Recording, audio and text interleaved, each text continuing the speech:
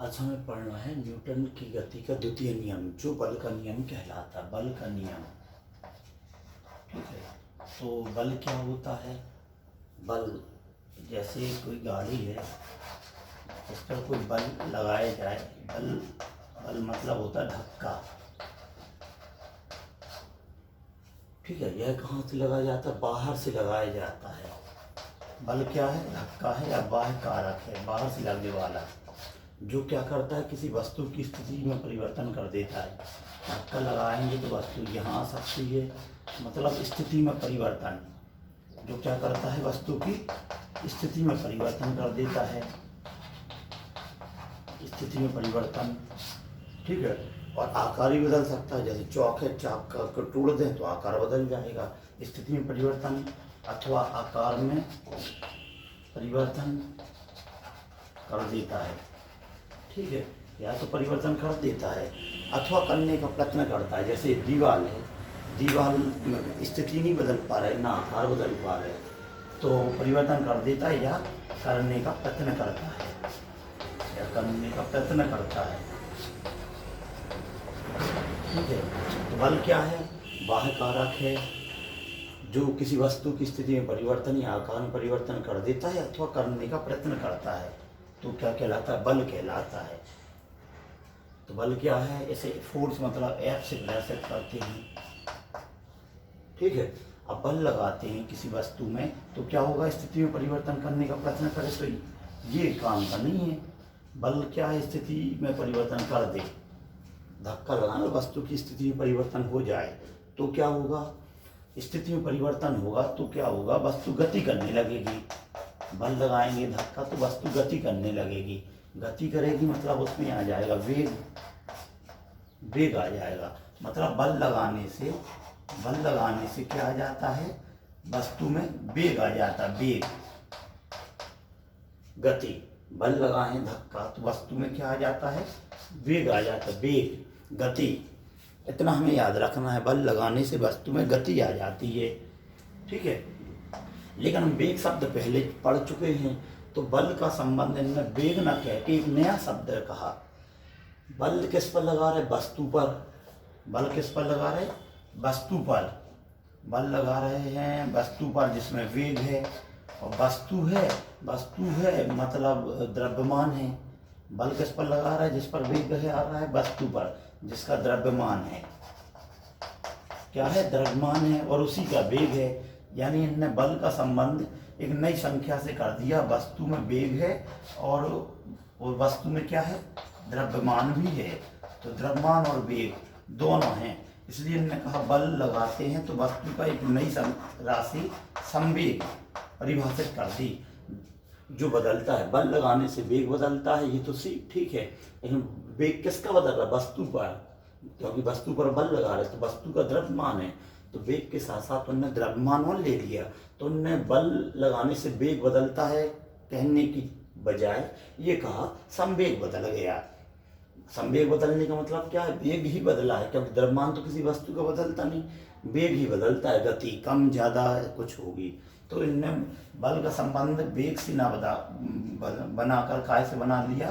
संवेग से। यानी इसे ऐसा भी समझ सकते, साथ में वेग, साथ में वेग, संगे वेग, मतलब वेग तो रहेगा साथ में, मतलब वस्तु की मतलब द्रव्यमान के। तो इनने संवेग के एक शब्द परिभाषित कर दिया जिसे मोमेंटम कहते हैं। क्या? मोमेंटम, ठीक है। मास इंटू वेलोसिटी कहा। इसका मतलब क्या है? संवेग क्या हो जाएगा? किसी वस्तु की गति है, संवेग है मतलब वेग है, किसी वस्तु की गति की कुल माप। कुल माप मतलब वेग अकेला नहीं, वस्तु के साथ उसका द्रव्यमान भी है, तो कुल माप के लिए उसका वजन भी ले लो। तो गति की कुल माप को क्या कहते हैं? वस्तु की गति की कुल माप, गति की कुल माप क्या कहलाती है? संवेग कहलाता है।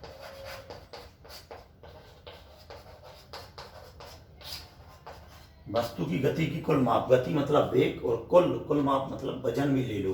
तो इस प्रकार ये संवेग को पी से प्रदर्शित करते हैं, तो ये होता है द्रव्यमान और वेग का गुणनफल, संवेग। मतलब बल के नियम में क्या पढ़ना है, धक्का है ये तो सब आ गया होगा समझ में। बल क्या है, ये है। और बल लगाने से क्या बढ़ता है, वेग। तो वेग ना कहे कर ने क्या कहा, संवेग बदलता है। संवेग किसका होगा, किसी वस्तु का जिसका द्रव्यमान होगा। द्रव्यमान तो होता ही है, वेग हो।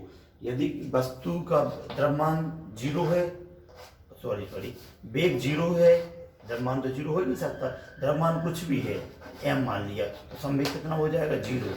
यदि वस्तु गति नहीं कर रही तो संवेग कितना हो जाएगा, p जीरो हो जाएगा। तो संवेग किसका होता है, गतिशील वस्तु का। ठीक है, तो दो डेफिनेशन समझ में आ रही हैं। बल लगाने से गति बढ़ रही है, वेग बढ़ रहा है। तो बल का संबंध वेग से था, लेकिन वेग की जगह इन्होंने ले लिया वस्तु की कुल माप गति की, तो उन्होंने उसका द्रव्यमान और ले लिया, साथ में वेग ले लिया, मतलब द्रव्यमान भी ले लिया। तो उन्होंने बल का संबंध वेग की जगह संवेग से बता दिया। ठीक है, तो संवेग का एक सूत्र हो गया, ये भी सदिश राशि होगी जो वेग की दिशा में होगी। तो बल लगाने से वेग बढ़ रहा है, मतलब संवेग बढ़ रहा है।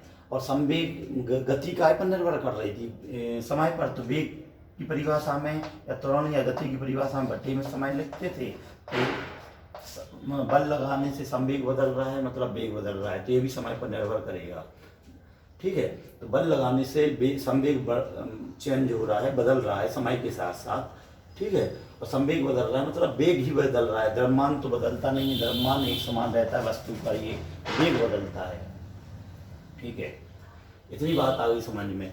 अब संवेग है, वेग बदलना, तो अब इसमें नियम क्या लगा देंगे कि बल लगाने से वस्तु का वेग बदलता है, मतलब संवेग बदलता है। संवेग बदलता है मतलब संवेग में परिवर्तन क्या हो जाएगा, परिवर्तन समय के साथ साथ, तो बटे में समय आ जाएगा।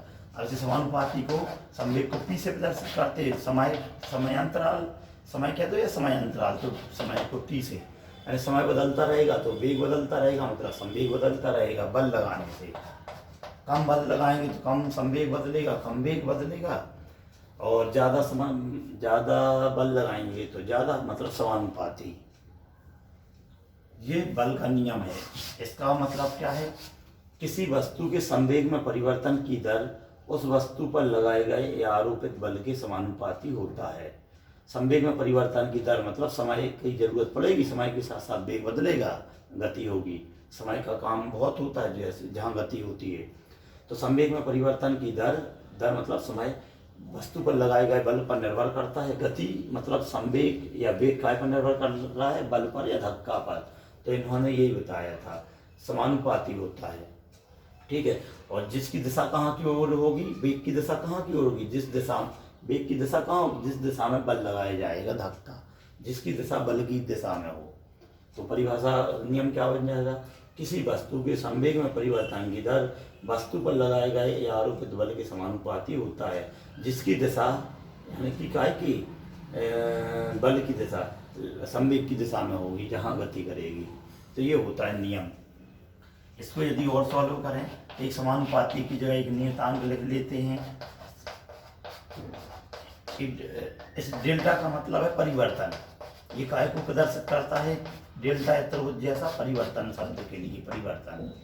ठीक है, कि अब हमने अभी देखा कि P बराबर क्या होता है, संवेग बराबर द्रव्यमान गुणित वेग होता है। संवेग क्या होता है, द्रव्यमान और वेग का गुणनफल। ये भी एक भौतिक राशि है, सदिश वेग। तो यहाँ के परिवर्तन m क्या है, वस्तु का द्रव्यमान, और ये क्या है, वस्तु का वेग।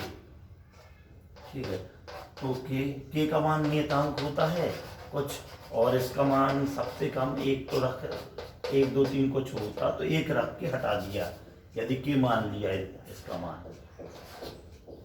ठीक है, तो यहाँ बचा dt बटे dt, ये के को हटा दिया हमने एक मान के। नियतांक को कम से कम एक मानना पड़ता है हटाने के लिए। अब देखें, हमने अभी क्या कहा था, समय के साथ साथ वस्तु का द्रव्यमान नहीं बदलता। तो बदलता क्या है, समय के साथ साथ, द्रव्यमान नहीं बदलता है, अलग कर लिया। तो बदलता क्या है समय के साथ साथ, ये है बदलना, समय के साथ साथ वेग बदल रहा है। बल ज़्यादा लगाएंगे तो वेग कम होगा या ज़्यादा होगा, ऐसा कुछ होना है, तो वेग बदलता है। और क्या होता है, वेग में परिवर्तन की दर क्या कहलाती है, त्वरण। ये क्या कहलाता है, त्वरण। की परिभाषा से। इसे क्या लिखेंगे, त्वरण की परिभाषा से ए बराबर कितना हो जाएगा, इतना त्वरण ए। ठीक है, तो ये बल बराबर आ जाता है क्या, F बराबर ma। एक फार्मूला बना लिया, F बराबर ma, और बल का नियम किसने दिया था, न्यूटन ने, तो बल का मात्रक न्यूटन बना देते हैं SI पद्धति में या CGS में। तो बल का नियम ये है।